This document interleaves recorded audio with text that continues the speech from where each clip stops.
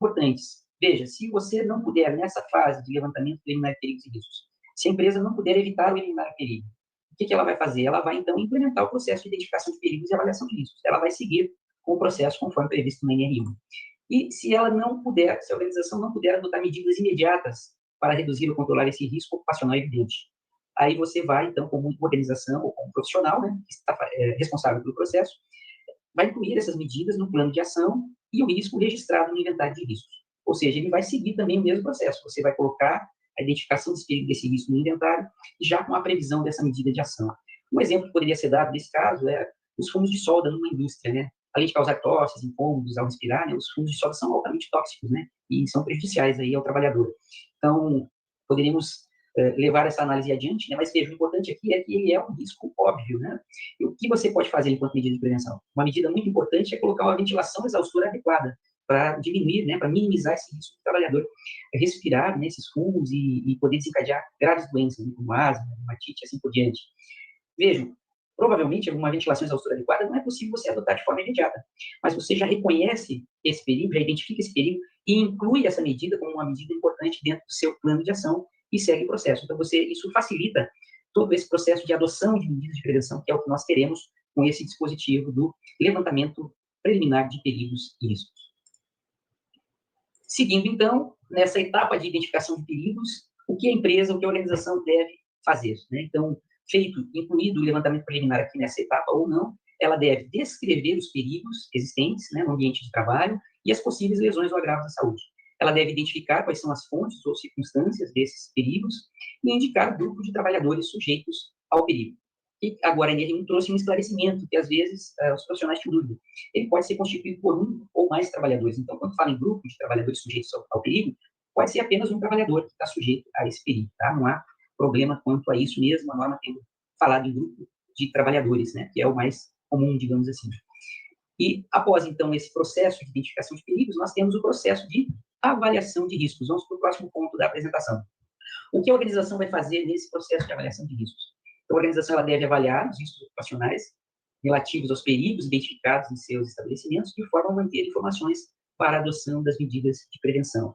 Ao avaliar esses riscos ocupacionais, para cada risco, né, deve ser indicado um nível de risco ocupacional, determinado pela combinação da severidade das possíveis lesões ou agravos de saúde com a probabilidade da sua ocorrência. Então, são dois conceitos muito importantes que nós vamos também destacar aqui dentro do processo de avaliação de riscos e colocar de uma forma mais detalhada para vocês. Um outro item muito importante nesse processo de avaliação de riscos é a respeito de como fazê-la, né? Que ferramentas, que técnicas utilizar. Então, esse item da NR1, ela define isso, a organização deve selecionar as ferramentas e técnicas de avaliação de riscos que sejam adequadas ao risco ou circunstância em avaliação. Em dois níveis. Em um nível mais geral, que se refere à técnica ou metodologia, que vai ser utilizada pelo GRO como um todo, a ser utilizada no processo de avaliação de todos os tipos de risco, e também um segundo nível, um nível específico, onde ferramentas ou técnicas de avaliação de determinados fatores de risco, especificamente, pode ser utilizado. Eu trago como exemplos, né, para você fazer a avaliação da exposição a vibrações, você deve utilizar uma técnica específica, ao próprio ruído, ou a movimentação manual de cargas, ou inclusive para fatores de risco psicossociais. Mas o nosso objetivo aqui nessa apresentação é tratar desse nível geral. Então, esse nível geral das técnicas de avaliação de risco, ele vai viabilizar a integração de todos os riscos existentes dentro dessa organização e a priorização de diferentes tipos de risco numa mesma base de planejamento, né, de priorização. E existem diversas metodologias disponíveis para as organizações fazerem isso dentro do seu GRO, dentro do seu PGR. Eu trago como exemplo, né, o que está previsto aí na norma técnica BNT NBR ISO 31010, que trata das técnicas para o processo de avaliação de riscos, e existe aí várias técnicas que podem ser selecionadas e aplicadas, né, de forma sistemática nesse processo de avaliação de riscos. Por exemplo, você pode utilizar uma matriz de probabilidade de consequência, que é a técnica mais utilizada, né, mais frequentemente utilizada pelas empresas, mas pode utilizar outras técnicas, como o RASOP, né, estudo de perigos e operabilidade, a FIMEA, análise de modos de falhas e efeitos, índice de risco, entre outras metodologias que são aplicáveis ao processo de avaliação de riscos, como requerido pela NR1. Aqui você pode ver na NBR 31010, você tem essa tabela, né, com essas ferramentas e técnicas, e você precisa observar que, para fins da NR1, para GRO e PGR, você precisa de uma técnica que te forneça o nível de risco. Então, nessa coluna, essa norma já traz quais são as que não são aplicáveis, as que são fortemente aplicáveis ou aplicáveis, ou seja, você precisa de uma que seja, no mínimo, aplicável ou fortemente aplicável para ter esse resultado, né, no nível de risco, conforme a NR1 prevê. Vamos dar uma olhada, então, no aspecto de severidade. A colega Viviane já colocou algumas questões, eu vou passar, então, um pouco mais rapidamente. Esse item define que a severidade deve ser estabelecida em razão da magnitude das possíveis consequências das lesões ou agravos à saúde. Essa magnitude da consequência, ela deve avaliar aí os efeitos nocivos decorrentes da exposição ao perigo, no intuito de se antecipar ao evento danoso, que pode acometer a saúde e a integridade física dos trabalhadores. Então, lembrando sempre aqui que é importante a prevenção, no sentido de se antecipar, né? E o subitem também esclarece que, para cada perigo identificado, quando existir mais de uma consequência possível, deve ser selecionada a consequência de maior magnitude. Vejam, consequência possível. Aqui muitos profissionais, às vezes, ficam confusos. Não se trata de eu verificar se já existe um efeito no trabalhador. Eu não preciso fazer o diagnóstico do trabalhador, diagnóstico clínico, né, para realizar o trabalho de prevenção. Não. Eu tenho que saber que a consequência é possível, é disso que se trata a prevenção. Eu não preciso que ela esteja já instalada ou ocorrendo. Mas vejam, os efeitos nocivos e essas lesões, elas podem ser muito amplos, né, dependendo do tipo de perigo, né? Eles podem variar, por exemplo, de acordo com a parte do corpo atingida, o tipo de exposição, a toxicidade do agente, né, e outras circunstâncias aí da sujeição ao perigo, né? Então, tudo isso vai levar a que pode ser gerada mais de uma consequência para o trabalhador. Então, você precisa estar atento para selecionar essa de maior magnitude. Por exemplo, ao avaliar o risco de exposição ao perigo decorrente de partes móveis de uma máquina sem proteção. Os possíveis danos, né, podem variar desde simples cortes até graves amputações. Então, assim, né, nessa avaliação da severidade, você deve sempre selecionar a consequência de maior magnitude, caso a amputação, né, justamente para priorizar a prevenção dessas ocorrências. Esse é o objetivo desse dispositivo da NR1. Vamos dar uma olhada, então, na probabilidade do risco. Então, a probabilidade deve ser estabelecida com base na chance de ocorrência das lesões ou agravos à saúde. E o subitem, que especifica que a gradação da probabilidade deve levar em consideração o cumprimento dos requisitos estabelecidos em NR e na legislação aplicável. Então, é muito importante você estar atento, né, a esse subitem, onde, em relação à probabilidade, você tem que verificar se existem requisitos específicos estabelecidos em NR. O que significa isso? Muitas NRs já estabelecem as medidas de prevenção que você deve cumprir, né, que você deve implementar. Então, quando você tem essas medidas de prevenção estabelecidas na NR, elas vão impactar diretamente nessa chance da ocorrência das lesões ou agravos. Porque se você implementou essas medidas previstas, você diminui essa chance da ocorrência das lesões, né, que é a probabilidade. Agora, se você não implementou aquelas medidas obrigatórias, essa probabilidade ela já vai estar num nível alto, justamente porque você não está cumprindo com o requisito estabelecido na NR. Então, por isso que nós falamos lá no início, dos aspectos gerais, é muito importante os profissionais e as organizações conhecerem os requisitos que estão colocados nas NRs de SST. Verificando, então, a probabilidade, temos uma novidade importante dentro da NR1, que agora ela especificou, procurando trazer uma maior clareza sobre esse tema, a probabilidade por tipo de risco, né? Então, nós vamos ter uma probabilidade relacionada aos perigos físicos, químicos e biológicos. O que você deve considerar nessa probabilidade? A avaliação dessa probabilidade deve comparar o perfil de exposição ocupacional com valores de referência ou aplicar outros critérios estabelecidos na NR9 e a eficácia das medidas de prevenção implementadas.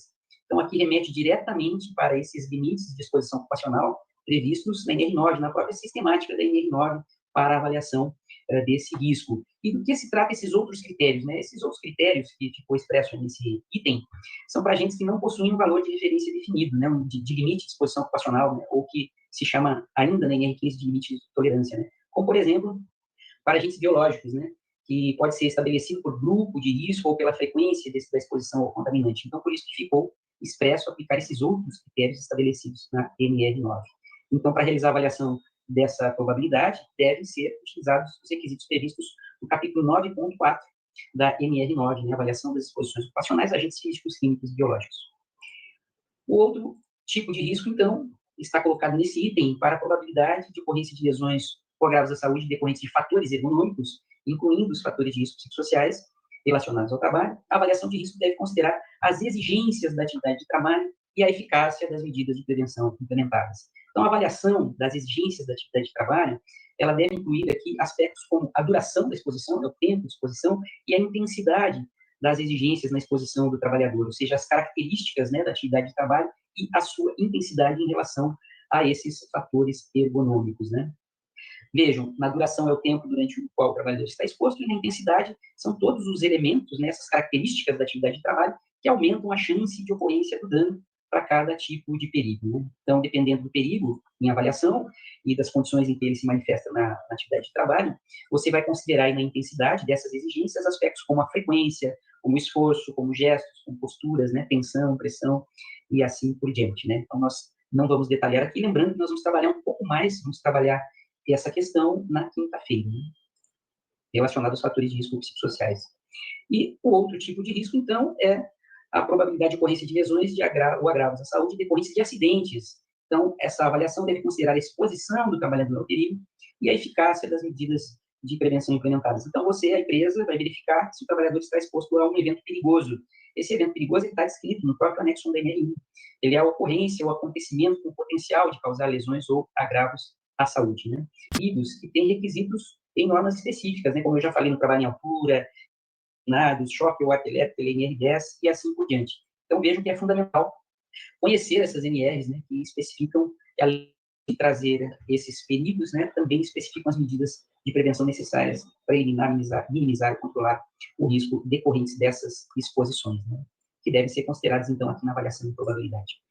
E uma questão importante, vocês viram que em todos os tipos de risco sempre está previsto que deve-se considerar a avaliação de probabilidade o impacto da eficácia das medidas de prevenção nessa probabilidade do risco. Então, como é que você vai fazer isso? Para avaliar essa eficácia das medidas, você precisa considerar pelo menos duas questões. O atendimento da hierarquia das medidas de prevenção, conforme estabelecido uma ordem de prioridade na própria NR1, e também o funcionamento e a manutenção adequadas dessas medidas de prevenção ao longo do tempo, ou seja, se elas estão cumprindo a finalidade para a qual foram implementadas.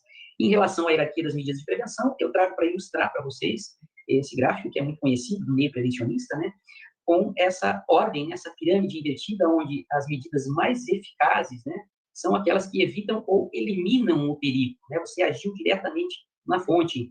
E também aqui está previsto na literatura, em engenharia ocupacional, muito importante a substituição, como parte da eliminação dos perigos, porque, né, quando ocorre a substituição, ela ocorre na substituição de métodos ou por métodos ou materiais menos perigosos, né? Como, por exemplo, substituir um produto químico inflamável por um não inflamável em determinado processo produtivo, né? E as medidas mais conhecidas a respeito do controle do risco também tem essa hierarquia. Veja, uma medida mais eficaz para controlar o risco é a medida de proteção coletiva, seguida, então, por medidas administrativas ou de organização do trabalho e de EPI, de equipamento de proteção individual, que é a menos eficaz de todas, porque está relacionada ao indivíduo. Então, observem, quanto mais estruturante ou estrutural, né, quando uma medida mexe nas questões estruturais do trabalho, mais eficaz ela é. E quanto mais voltada para o indivíduo, menos eficaz ela é. Isso também está previsto na NR1, essa hierarquia das medidas de prevenção, aonde você deve dar prioridade, em controle do risco, para a adoção de medidas de proteção coletiva. E as medidas de caráter administrativo ou de organização do trabalho devem ser implementadas quando você tem uma inviabilidade técnica, né, da adoção dessas medidas de proteção coletiva, ou quando elas não forem suficientes, ou ainda quando estiver em uma fase de estudo, de planejamento ou implantação, ou seja, de forma complementar, ou às vezes em caráter emergencial. Lembrando que a última linha de defesa, ou seja, deve ser deixada para adotar por último, é a questão do EPI, como nós verificamos por ser a medida menos eficaz. Importante também eu tocar isso num documento. Para realizar esse processo de avaliação da severidade da probabilidade, a empresa precisa ter esses critérios bem definidos. Então, aqui eu trago um exemplo, como nós vimos, é uma possibilidade de utilizar uma matriz de combinação da gradação de severidade e probabilidade. Aqui estão as gradações de severidade e aqui as gradações de probabilidade. Então, da combinação das duas, nós vamos chegar ao nível de risco, né? Então, esse é um exemplo que eu trouxe lá na norma técnica ISO 45002, né, que é o guia aí referente à de implementação da ISO 45001. Né? Então, tendo esses critérios, você vai poder proceder a essa avaliação do risco. E também você precisa ter expresso na organização os critérios de classificação dos riscos e tomada de decisão. Então, vejam, a cada nível de risco deve corresponder uma prioridade. É isso que é a classificação dos riscos. Então, aqui, às vezes, eles podem se confundir, né, ou serem muito parecidos, por exemplo, um nível de risco muito alto. Neste exemplo que eu estou trazendo, se eu encontrar um nível de risco muito alto, na minha organização ele vai ter prioridade altíssima, né? O risco é muito alto, então eu vou corresponder a ações para essa prioridade, para essa classificação de risco, ou seja, do que deve ser feito, como é que deve ser a conduta dentro da organização, e um prazo que eu vou vincular a essa prioridade, ou seja, prazo imediato. Então, vejam aqui, essa classificação ela foi adaptada de um livro sobre avaliação de riscos e do Guia da Norma Técnica BS 18004, numa base anualizada. Então, vejo, o meu mais baixo nível de risco eu vou dar uma prioridade baixa e apresento aqui como controles, né, para verificação de controles periódicos em até 12 meses. Não seria necessário nenhum controle adicional. E assim eu vou verificando o meu nível de risco e a prioridade que eu preciso dar dentro da organização.